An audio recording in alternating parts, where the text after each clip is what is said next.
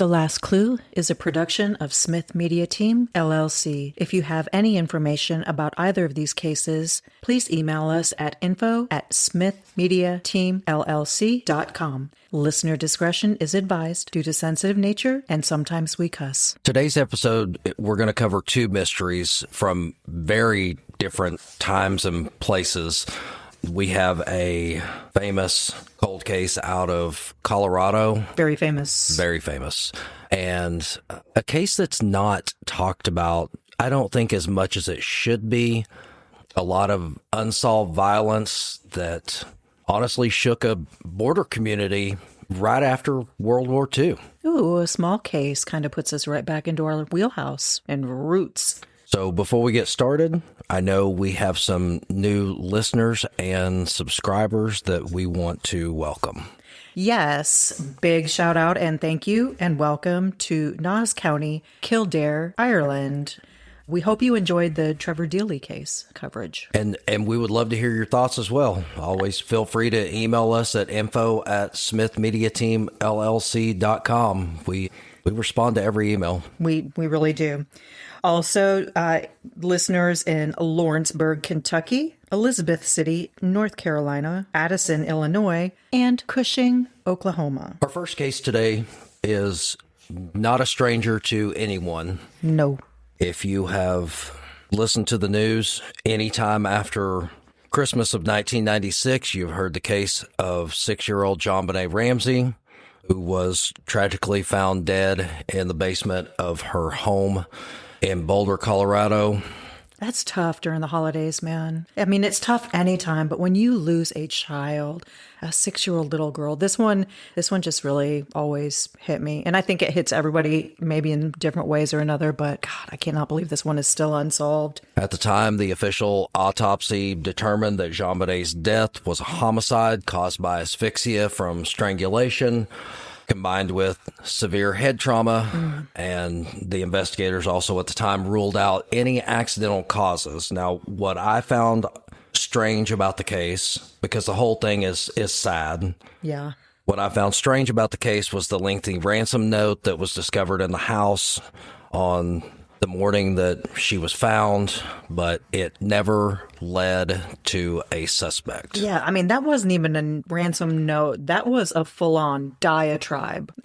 When I think of ransom note, I think of the letters being cut out of magazines and pasted to a piece of paper and then handed over. And I know time has evolved. That just shows my age, but that's what I think about when I think about a ransom note. Yeah, where you can't trace the handwriting or anything of the sort and that kind of stuff. But I mean, it was not only was it lengthy, it was explicitly detailed right down to the amount of the money that they wanted was John's bonus that year, like to the dollar. So going back to the early in the investigation, detectives, they focused on possible intruders. Multiple theories were considered over time, including a controversial and later disproven belief that family members were responsible. That was a theory that police eventually publicly rejected.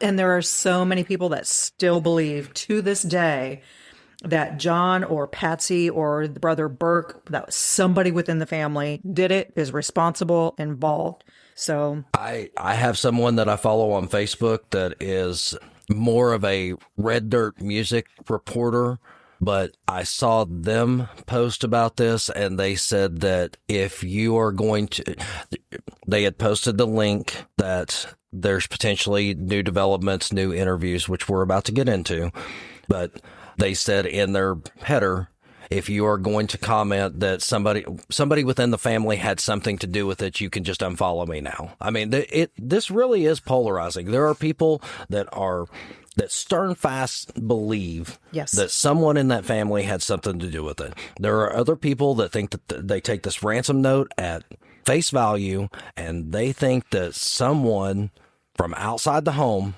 came in and murdered the 6-year-old girl. Yeah, and I don't feel like there's a whole lot of gray area in this one. You have people that sit on one side of the fence or the other, not very many straddle it unless you are just you are truly a journalist and you are trying to look at all options and just stay of close mind. Or if you literally maybe are not within the area of a television and you've never really heard of the case or followed it or anything. But I don't know. And you and I have our opinions as well, but that's neither here nor there. We might get into that in exclusive. So later in 2003, forensic investigators, they were able to create a DNA profile from evidence they found at the scene, but it did not match JonBenét's parents or any other family members. So it suggests that the involvement is from an unknown person. Mm-hmm. Now, we're going to go back to the DNA part. That DNA was submitted to the FBI's Combined DNA Index System, the CODIS system, mm-hmm. and no matches were found at the time, so that left the identity of the source of the DNA unresolved. Now, DNA technology has evolved over time, especially over the last several decades. Absolutely. And this is not the first time that we're going to mention this company, because I will tell you, we're big fans. They do not sponsor us. We do not get a dime from them. We do not. We are fascinated with their work. Absolutely. But there's a company out there called Othram, and they have shown how advanced genetic genealogy and forensic grade genome sequencing can help bring clarity to cold cases. And if you follow them on Facebook, it's fascinating because they seem to be identifying cold case after cold case. Yes. They are, it's truly a spectacle to watch, because we have cases that are decades old, and they are identifying people involved with these cold cases.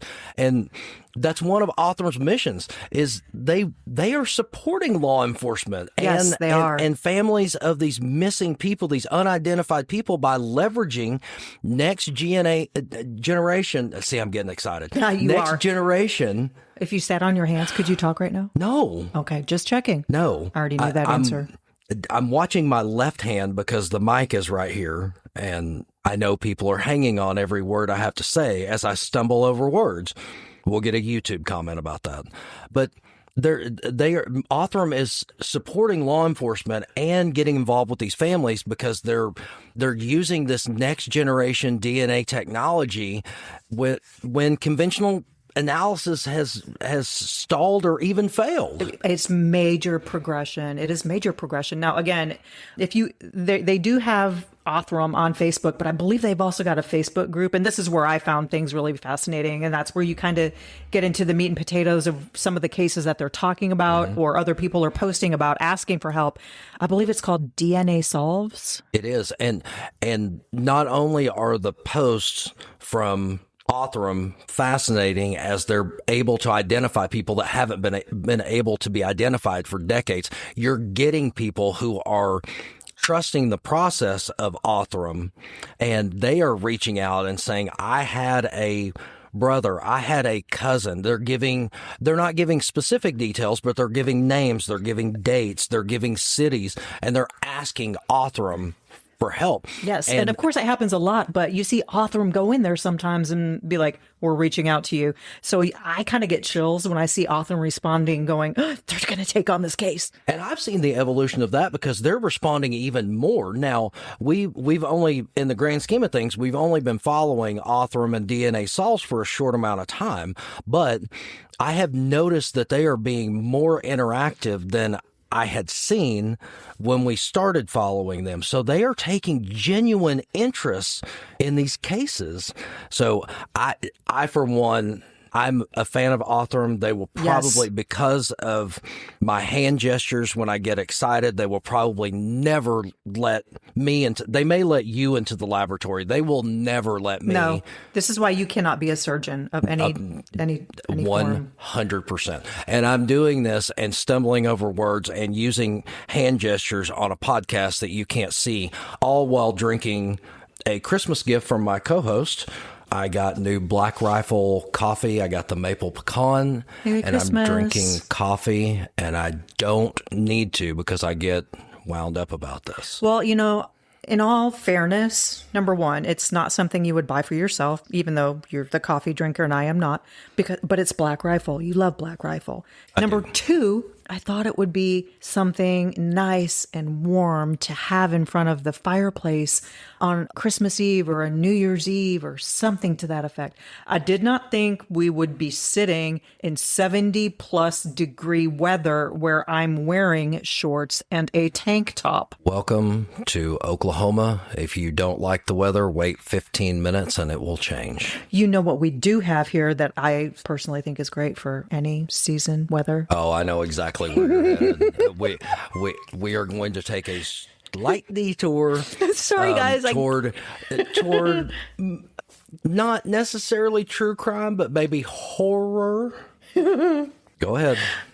I don't know how it's horror, but I'm just talking about my little puppy Christmas tree. She took a total right turn on me. I thought she was headed somewhere else. Okay, so the gift that she's talking about, we got I Heart Dogs. I got the ceramic I Heart Dogs Christmas tree that has all of the puppies all smiling. I'm gonna cry again. Happy. They're all stacked on top of each other in a Christmas tree shape, and we have it here in the studio on the table to stay in the holiday spirit as we talk about true crime. Yeah. I thought you were headed toward a local favorite that people actually for all over the state come to and visit. We have here in Norman, we have a horror. I have to be really careful when I say that word because it can go to a totally with different. Your southern drawl, it can come out incorrectly. It very much can. We have a horror themed ice cream shop here in Norman called the Ice Crematorium. Ice Crematory. Damn it. They just took back their sponsorship that they don't pay. So the Ice Crematory. Because they don't sponsor us, so. The Ice Crematory has all of this horror movie stuff all over the walls. There's movie posters. There's a big standing creature as you walk in the door that its eyes follow you, but the TVs all over playing different horror movies, and it's amazing. The decor and everything, except for the clowns. The chairs and the tables and everything are very, very nice and comfortable. And then you get to the ice cream, and it's like, oh my gosh, all of their ice cream is horror movie themed. So you have different things from Friday the 13th and Halloween, and you also have a little bit of Stranger Things in there as they delve into TV too. But that's one of the local favorites here in Norman is the Ice Crematory. Yes, it is. Sorry. I took a hard right there, which off of the DNA and Othram. Sorry about that, guys. But if you just saw this little puppy tree that I have, I cried like a baby. Okay, so back on the interstate. Yes, the reason sorry. we started talking about DNA is the 2025 annual update from the Boulder Police Department came out this month. Yes. And it's sad that there has to be an annual update. It's not sad because that case was so high profile for so long. I mean, depending on what age you are, the JonBenét Ramsey case itself almost mirrored the fascination with Who Shot JR. And I don't say that lightly because I grew up in the era of Who Shot JR. This is a TV show with fictional characters, and J.R. Ewing gets shot at the end of an episode of Dallas. And Spoiler alert. Yeah, sorry. I didn't say who it was. And then that was the season ender. Now, you're in an era where you had to wait the entire season. For those of you that binge things, and I do too, but if you binge things on Netflix, you don't know the struggle of having to wait week to week and be in front of the television at the same time to make sure that you catch the episode, because if you missed it, you missed it. Well, this was a season ender.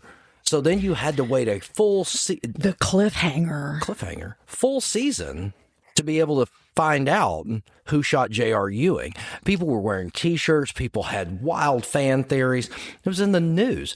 The JonBenét Ramsey case is a real life who shot J.R. and unfortunately it's still going on. Well, that's what I'm saying. That it's sad that there has to be an annual update because that means it's not solved.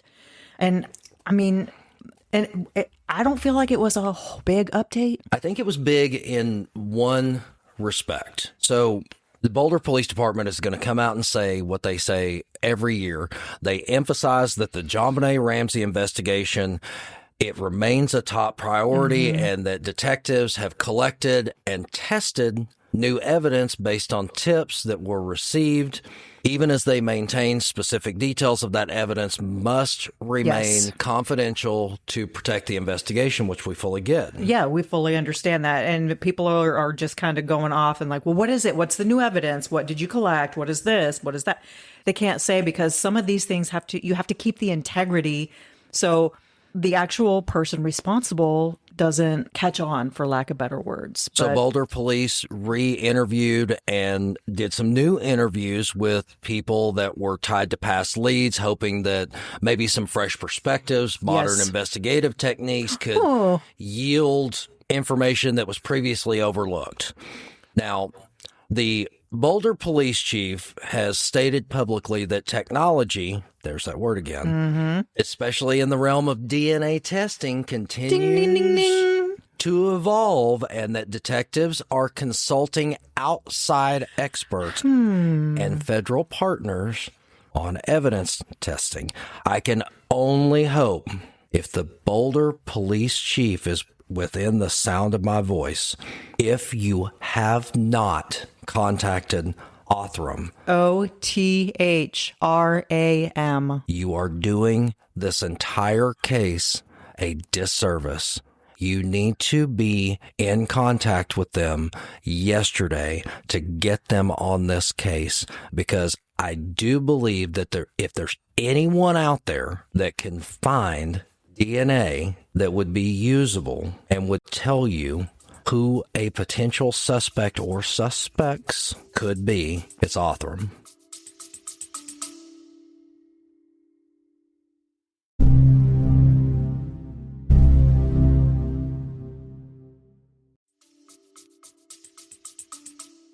I agree. And having their hand in this, knowing that they back the blue, they work hand in hand with law enforcement. I mean, that is a partnership that should have come long before now. But we, of course, don't know the insides of the case. So if Boulder and Othram got together to work on the JonBenét Ramsey case, I think this could come to a conclusion. I don't want to say a happy ending, because it doesn't exist in something like this, but I think it could be solved. And that's why talking about these things, and not us talking about these things, we are a very, very tiny cog in a huge true crime wheel. We understand that. That's true. We are the small fish. But everyone that talks about it and continues to talk about it brings the case back to the forefront. And the reason that all of this is happening in Boulder, and I believe this 100%, is because there's a renewed interest, because there have been recent documentaries going back to the case, talking about the case. The power of the media is still there, folks. Absolutely. And it's grown since this entire murder happened back in the mid 90s.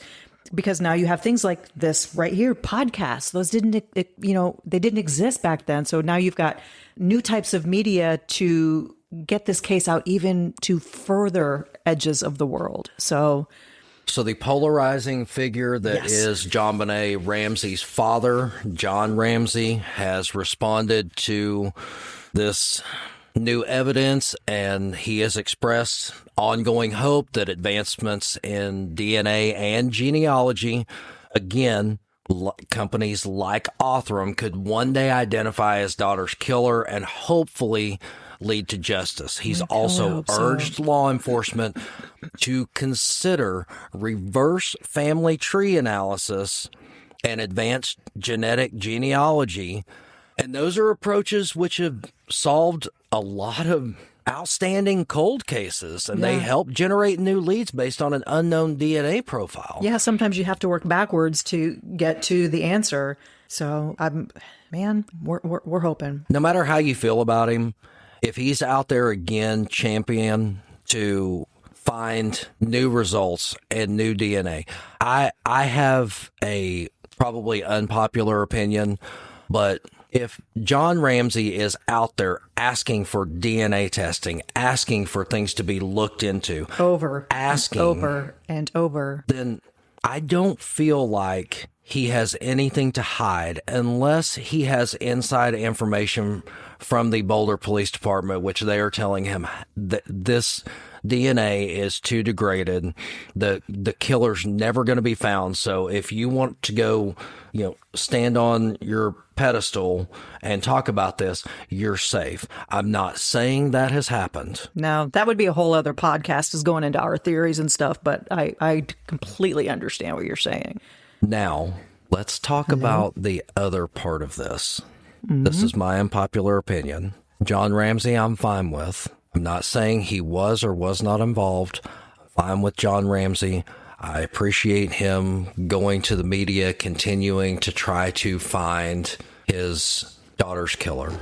You have other people like the brother of Amy Bradley, who, in my opinion, talks a lot and comes up with wild theories and comes up with wild goose chases, but he doesn't seem to be adding anything to the case. To me, he just sounds like he's saying a lot of words. So in my opinion, you have two people that are on polar opposites. You've got John Ramsey, who has said, test, do DNA, find the killer.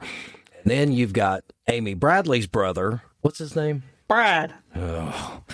Sorry, I can't say Brad Bradley without having some sort of funky voice. It just, I don't know. And that's how much I don't think of Brad Bradley and his quote unquote search for his sister's killer. Is he says a lot of words and he tends to sound intelligent when he says them. He talks a lot without saying anything. Is that what you're getting at? Yes. Okay. If you listen to what he says. Sometimes I have to summarize his thoughts because of that 98 processor that's going on. If you listen to what he says, it's all hat and no cattle. It's empty, in my opinion. But if you want to hear more about our thoughts on the Amy Bradley case, check out our catalog. We have covered the Amy Bradley case once as newbies, once as a little bit more educated. I think we even did an exclusive. An exclusive is our premium content. You can subscribe through Buzzsprout. That's the only place you can subscribe, is on Buzzsprout, and you will get our premium content. Bonus episodes. It's $5 a month. It's less than what you would pay for a cup of coffee, and you get to hear us give a lot of our true thoughts, and you also get to hear her cuss because she talks like a sailor. I was raised by a sailor, so not apologizing. So the burning question is... The burning question is, do we think that the killer of JonBenét Ramsey will ever be discovered? To me, that's the only question left in this entire scenario, is do we think that someone is going to be brought to justice for the murder of JonBenét Ramsey? And I take it to our listeners, our followers. Do you think that someone will be held accountable and potentially brought to justice in the murder of JonBenét Ramsey? If Othram is involved, I think there's a possibility. I think there's a way stronger possibility. Yeah, there's a better chance if Othram is involved. But the Boulder police haven't been able to figure this out for decades. So again, for our listeners, please email us at info@smithmediateamllc.com. Comment on our Facebook posts. Comment in our group, The Last Clue, on Facebook, or wherever you use social media. I like it. And so I think we are going to move on to a smaller case that hasn't really, or never did, get much attention. So we're going to move into a cold case. So cold cases haunt modern investigations. Some mysteries reach back into American history, like shadows that refuse to disappear. They're stories of terror and fear that shape entire communities and local legends, inspire culture, fear, and, like you said, local legends. And I believe this is one of them. We are going to a border town between two U.S. states, and we are talking about the Texarkana Moonlight Murders and the Phantom Killer. Okay, so in Texarkana, for those that might be a little geographically declined. I got a C- in geography, so I appreciate that. So it's the Texas-Arkansas border in that region, and we're looking in the spring of 1946 in what they would call the Twin Cities of Texarkana.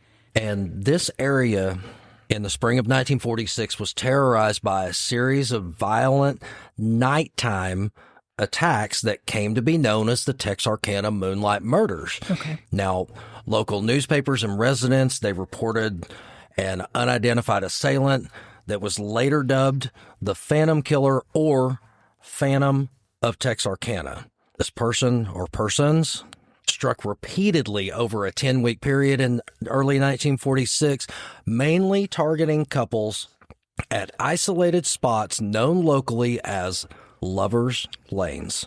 PSA, do not go to isolated spots. Do not go to lovers' lanes. Historically, in movies, horror movies, and stories like this, that's where these things happen. I'm saying this kind of tongue-in-cheek, but also not. You know what I mean? And I'm glad you mentioned historically because you gave a geography lesson. I'm going to give a little bit of a history lesson. Ooh. Kids, there was a time before internet. I know. I wish we had a breaking news sounder. We're working on that. So the term that we know today and use so often when we talk about true crime is the term serial killer. Yes, and we're not talking about your Fruit Loops, your Cheerios, your Rice Krispies, different kind of cereal. I'd murder some Frosted Mini Wheats. You would. But the term serial killer would not become widely used until later decades, but this sequence of attacks had all the hallmarks of a serial violence, had multiple victims. It had a consistent pattern of timing because they were nighttime attacks, and we have the same unknown perpetrator seemingly eluding capture. Yeah, so there's a very specific MO here. So the series seemed to begin in, was it February of 1946? It was. There was a young couple parked on a secluded road. Don't go to secluded roads. When they were approached by a man wearing a white cloth mask with eye holes that was described by locals as more of like a burlap type sack. The attacker used a flashlight and a firearm, assaulted both victims, severely injuring them. And then over the next few weeks, other victims were attacked in a similar fashion. There were couples parked in these quiet areas. They were confronted in a dark, separated from each other, and they were assaulted. And in some cases, the assailant used both firearms. Other times, he used physical violence, she. Sometimes, both. And then in March of 1946, another couple, Richard Griffin and his girlfriend Polly Ann Moore, were found shot to death near a lover's lane. Don't go to lover's lane. It marked one of the first confirmed double murders attributed to the Phantom Killer. Investigators documented a total of 8 known attacks in the region between February and May, with 5 victims killed, 3 wounded, and this was all during a 10-week stretch. That's a very terrifying 2.5 months during that time. I mean, it's a terrifying thing now, but if you look back at 1946 with much less going on in Lifetime, that's an absolutely terrifying time to live through. So the series of assaults that happened in Texarkana spread fear throughout the community. It caused panic among residents. It led to widespread self-defense measures. Stores quickly sold out of guns and locks. A lot of the citizens stayed indoors after dark, which is a smart Good move. idea. They tried to protect themselves from this unseen threat. Local newspaper, they intensified their coverages of the attacks. One of the newspaper editors ultimately suggested the term Phantom Killer That became the label for the unidentified perpetrator. It was supposed to reflect both fear and the mystery surrounding the case. So I think they probably did a pretty good job there. Yeah, the whole sensationalism thing. And yeah, okay. So the Phantom Killer, we've got 8 attacks during that time. So I'm just kind of putting things together in my head, coming up with my own theories. So this is the number that blows me away. Again, I want to repeat this because I'm old and I forget stuff. This is between February and May of 1946. There were 5 victims killed and there were 3 wounded. This is roughly a 10-week stretch. Yeah. Not only the local police, but county, state, and federal law enforcement agencies all participated in this investigation.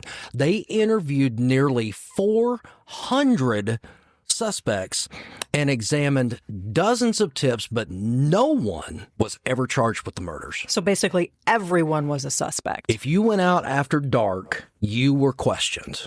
That's what it sounds like to me. You were within earshot of any of the lovers' lanes, which, again, don't go to lovers' lane. You were a suspect. So that 400 suspects for a 10-week crime spree. Okay, yeah, that's a lot of suspects. So over the years, the only major suspect to emerge in public discussion was U.L. Swinney. He was a known career criminal whose wife actually reportedly told authorities she believed her husband was involved, but she later refused to testify, and that left prosecutors unable to proceed with any kind of case against him. And with this case being so old, we don't know why she refused to testify. That could have been from fear of retaliation from her husband, fear of retaliation from whoever was actually involved. It could have been that she was looking for her 15 minutes and this didn't actually pan out. It wasn't true. We don't know. He might have pulled out a burlap sack with 2 eye holes from out underneath the mattress, and that was enough for her. And a flashlight. So investigators, they explored numerous false confessions. I don't understand that. Which were ultimately dismissed when the details did not align with the known facts of the attacks. They extensively questioned and had leads, but the identity of the Phantom Killer remains unknown. Now, this case has a piece of pop culture involved. Oh, my interest is piqued here. The terrifying events of 1946 inspired the 1976 horror film, The Town That Dreaded Sundown, which is a very loose dramatization of the Phantom Killer story. It blended historical elements with cinematic surprise. I'm going to tell you that it is based very loosely. I love The Town That Dreaded Sundown, the 1976 movie. There's an extension we'll get to in a second. The 1976 movie, I actually love the movie because there's an element of it that is so well done. Is that the cinematic surprise, suspense? That part was well done? Yes. It's the part that is so well done is something that John Carpenter would tip his cap to. Oh, okay. And I am a huge fan of the movie Halloween as well. I think he is. John Carpenter, and the unsung movie, I don't think it gets enough credit. If you have not seen the original, thank you, Uncle Randy, for exposing me to this movie. But John Carpenter's The Thing is probably his most unsung movie. I know that it pops up in top 10, top 20 horror movie lists of all time. The Thing is so immaculately done that if you have not seen the original, I highly recommend it. So, back to the 1976 horror film, The Town That Dreaded Sundown. I think I've heard you call this, like... I used to refer to this as a spaghetti horror film, and then I looked up what people reference when they say spaghetti horror, and it is not a spaghetti horror film. A spaghetti horror film is a reference to Italian horror films that have a lot of extreme violence, blood, and gore, and this is not it. So I will from this point forward, I will refer to The Town That Dreaded Sundown as a horror comedy. Horror-y. Horror-y. The next 3 minutes will be her coming up with names for this. So sit back and enjoy. No, Now, horror-y is the best thing I can come with. You shut your horror-y mouth. That's fair. So the shining star of this film is none other than the lovely and talented Mary Ann from Gilligan's Island. Professor and Mary Ann. I've never met Dawn Wells while she was with us. I have heard that she is a very pleasant woman, both meeting her in person and being at comic cons, horror cons, She's a gem. She was a gem of a person. Convention. She was active on social media up until her death. But Dawn Wells is the main attraction for The Town That Dreaded Sundown. Now, I do love that movie. I thought it could have been done a lot better. So did somebody else. And so in 2014, someone decided to do a reimagining of the film, which is always a great term when you take a decent film and you try to reimagine it. And it tried to play on the legacy of the Phantom Killer mythology, reintroduce the tale to a new generation of horror and true crime audiences. I watched it one time. I thought it was trash. I'm sorry, whoever financed the film. I'm assuming that you won't advertise with us. I'm sorry to whoever directed the film. I'm assuming you won't as well. But I thought the 2014 remake was absolute hot garbage. That's never good. So the Moonlight Murders endure in American lore as one of the most infamous unsolved violent crime sprees. A case that not only terrified that region at the time, but it obviously continues to capture the imagination of true crime listeners and historians, honestly. Yeah, this one kind of grabbed my attention. Of course, we don't like to leave anything unsolved. Not that we are out, Robert stacking things and doing all the unsolved mysteries and solving them. But any attention that we can bring to something that still needs it that's unsolved, we want to do that. And I think there's potential here. And I only hope, as we mentioned earlier in our first story, I only hope that there is still secured evidence from this case, because I firmly believe, and again, we are not paid by them. They don't advertise with us. No. We don't get a paycheck from them.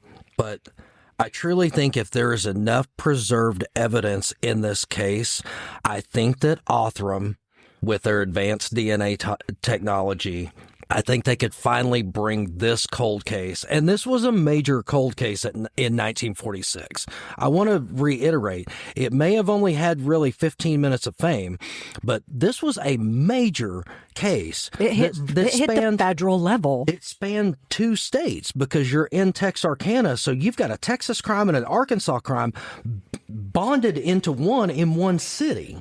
I mean, when you have 400 suspects, it's a major crime. It spawned at least 2 films. Yeah. So I truly believe if there is enough evidence preserved, I do think that Othram hopefully could finally solve this cold case. Now, there are a couple of books out there that claim that there is only one suspect and that's the only person that could have done it. That remains to be seen. I would rather see the science behind it than someone's opinion. I mean, you're listening to us mix facts with opinion, but we're also not here telling you who committed this murder. No. We will tell you who we think, but we're not telling you that it had to be this person. We might do that in premium content on exclusive. Exclusive. Why did your voice break? Puberty. Perfect. But the Texas Moonlight Murders still hold a strong piece of the true crime community. Again, we're talking about it now, and this spanned decades before the term serial killer was ever invented. So obviously, it still holds true 75 years later, and the lack of closure in this case has only deepened this mystery. It's, again, there's been books, there's been documentaries, they have community events that revisit the terror of the Phantom Killer inflicted. Like I said, it has spawned at least 2 films. People are still talking about this. Especially those within that area. And again, if you're in a small town, we have a lot of listeners from small towns. We see where listeners come from. These attacks stand as a reminder of how violence can alter the fabric of a community and how some predators, Stillwater, whether driven by psychopathy, opportunity, or something else, anything else, can vanish without a trace. And it leaves us with questions that may never be fully answered. So my question to you again, listeners, especially listeners in Texarkana, we would love to hear from you. We always love hearing from our listeners. We love hearing from all of our listeners. I would love to hear from some of the people in Texarkana because we do have listeners there. We do. I would love to hear people from that area who have had that story passed down from their is there some kind of, to their dad to their kids. What's the folklore that y'all get? And I'm sure it's different. I'm sure. I'd love to hear it. It depends on which side of the fence. I'd love to hear all of it. All Absolutely. of it. This would be so much fun, but fun may not be the right word, but Interesting. I would love to hear it. So find us on our socials, Facebook, TikTok. Email us at info@smithmediateamllc.com. There will be a post in our Facebook group, The Last Clue. Comment there. Say I was part of it. Say my granddad was part of it. My dad, my mom, they were part of it. I've heard the stories. Just bring it on. Keep this story going, because I think if we can get Othram involved, I think if evidence was preserved, I think we could find closure in the Texarkana Moonlight Murders. The Last Clue is a production of Smith Media Team, LLC. If you have any information about the JonBenét Ramsey cold case or the Texarkana Moonlight Murders, email us at info@smithmediateamllc.com. Follow and review The Last Clue on Apple Podcasts, Spotify, Amazon Music, YouTube, iHeartRadio, or wherever you listen. And always keep searching for The Last Clue.